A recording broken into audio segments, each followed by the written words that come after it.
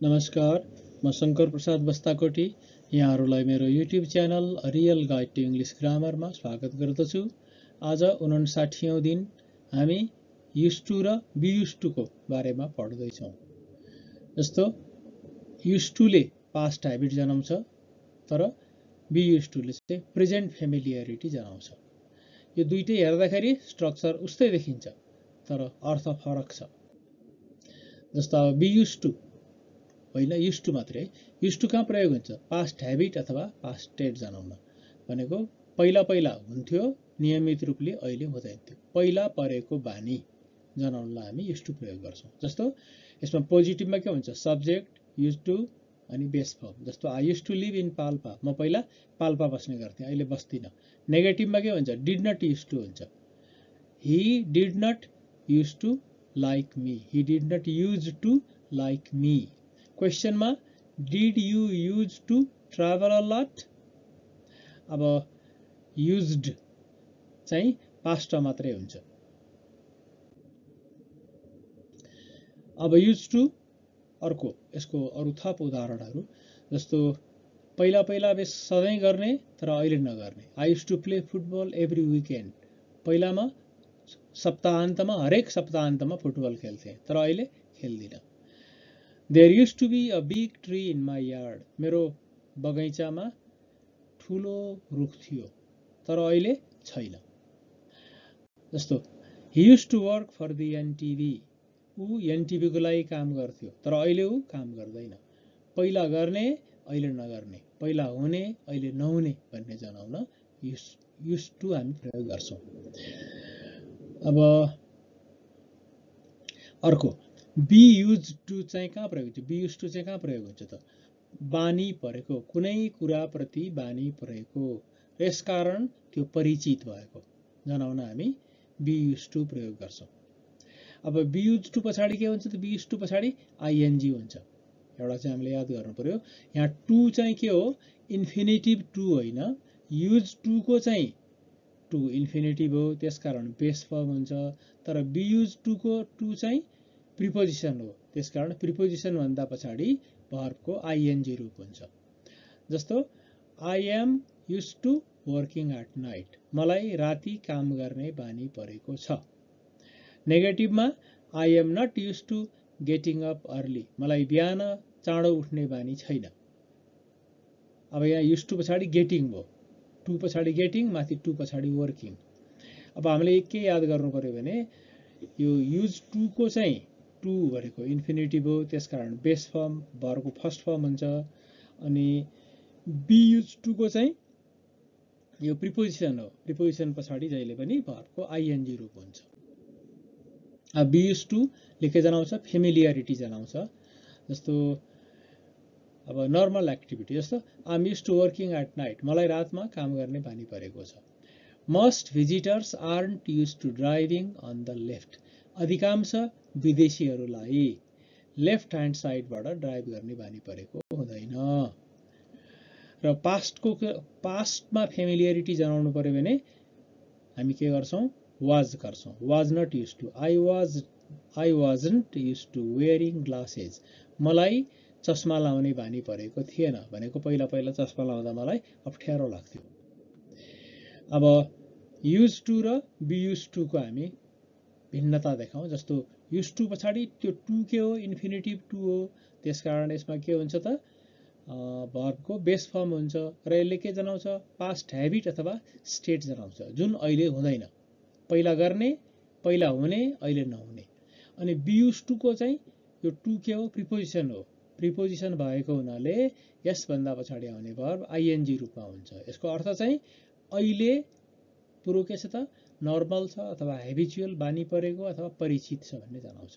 जस्तो I use to work when I was younger, यो past habit भयो।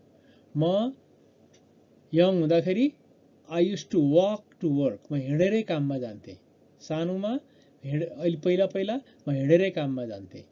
I am use to walking long distances, यो चाहिँ मलाई लामो दूरी हिँड्ने बानी परेको छ, यो अहिले बानी परेको नर्मल। अब हामी युज टु हुन्छ कि बी युज टु हुन्छ, या ठिक ठाउँमा राखौँ। 1 मा I use to am use to earn more when I was a teenager than I do now. 2. The children did not used to are not used to going to bed so late. They find it strange. Did you used to be used to spend hours in front of the mirror when you were young? Oh, I used to am used to smoke, but I gave it up.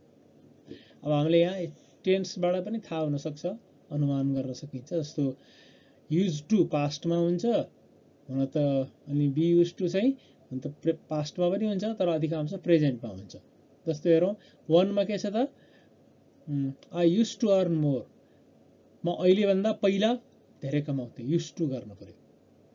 2 मा केटाकेटीलाई त्यति ढिलोसम्म हैन, the children are not use to going to bed so late, यहाँ are not use to गर्ने, उनीहरूलाई त्यति ढिलोसम्म बेडमा जाने बानी परेको छैन, उनीहरूलाई अनौठो लाग्छ यो। डिड यु युज टु गर्नु पर्यो, तिमी यङ हुँदाखेरि घन्टौँ ऐना अगाडि बस्थ्यौ, बानी परेको थियो, सोधेको। आई युज टु स्मोक गर्ने, I use to smoke but I gave it up, मैले छोडिदिएँ, पहिला खान्थेँ चुरोट, अहिले खान छोडिदिएँ। अब फेरि हेरौँ, अब यसले पास्ट ह्याबिट जनाउँछ कि प्रेजेन्ट फेमिलियरिटी अथवा नर्मलिटी जनाउँछ।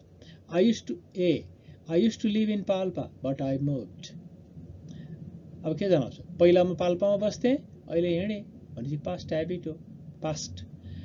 बीमा they are use to cooking for themselves when they get home from school, उनीहरू स्कुलबाट घर गएपछि उनीहरूलाई आफै पकाएर खाने बानी परेको छ, अहिले पनि छ, they are use to. Sima अब यसमा फेमिलियरिटी अथवा नर्मालिटी गर्नु पर्यो, present. Sima we use to see each other every day, केही समय अगाडि हामी एक अर्कालाई हरेक दिन भेट्थ्यौँ तर अहिले हामी भेट्दैनौँ, युज टु भनेको पास्ट ह्याबिट।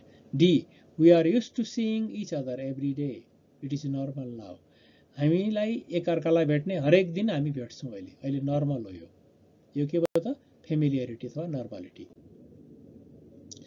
अब हामी युज टु अथवा बी युज टु राखेर यहाँ अलि अरू चेन्जहरू पनि गर्नुपर्छ, आवश्यक चेन्ज गरेर चाहिँ वाक्य बनाऊ। यसलाई पुनर्लेखन गरौँ। 1 I lived in Kalaiya but then I moved, पहिला म कलैयामा बस्थेँ तर पछि म त्यहाँबाट सरेँ।